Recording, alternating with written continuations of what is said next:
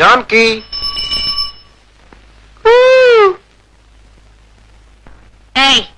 ఏమిటది ఒళ్ళెలా ఉంది?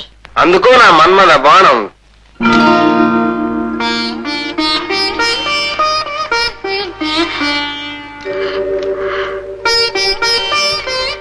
అమ్మా చాలా మండిపోతుందమ్మా.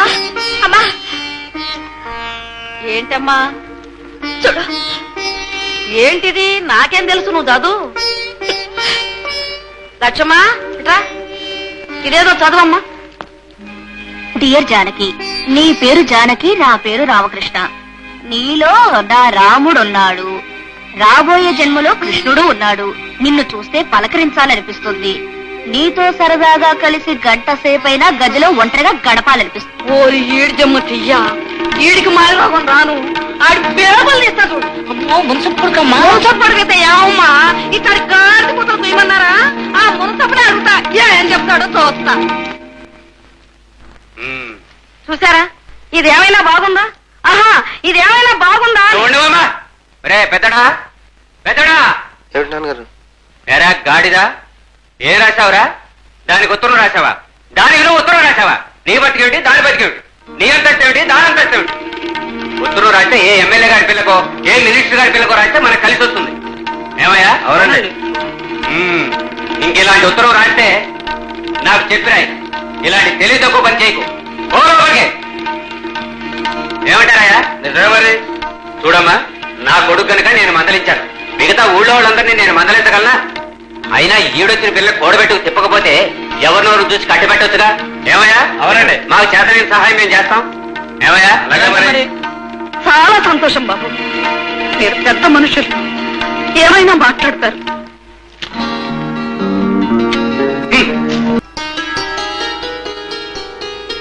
ఏం పార్వతమ్మా, మొక్కుకున్నావా? ఏమిటో బాబు, ఆ స్వామి అందరు మొక్కులు తీరుస్తున్నాడు, నా మొక్కు మాత్రం తీర్చడం లేదు. తీరుస్తాడు పార్వతమ్మ. ఎప్పుడు ఎవరికి ఏది అవసరమో అది ఎప్పుడు కావాలో అప్పుడే తీరుస్తాడు. ఇప్పుడు నాకు నా కూతురు పెళ్లి అవసరం, మరి తీర్చడే. పార్వతమ్మ, అమ్మాయి పెళ్లి సంగతి ఏం చేశా? అదే బాబు ఆలోచిస్తున్నా.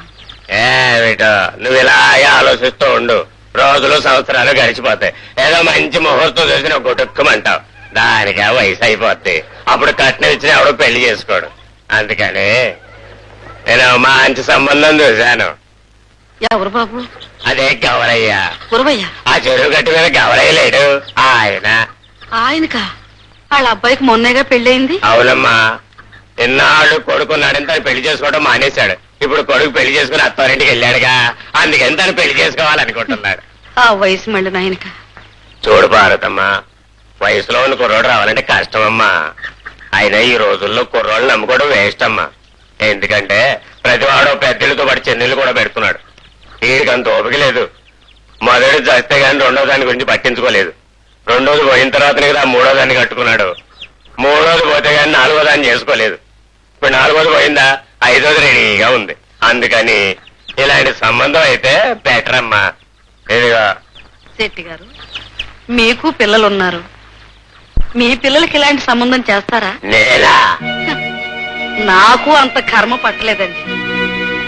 ఇలాంటి సంబంధమే గనక చేసుకోవాల్సి వస్తే నన్ను నా బిడ్డని కడుపులో దాచుకోవటానికి ఆ గోదావరి తల్లే ఉందండి.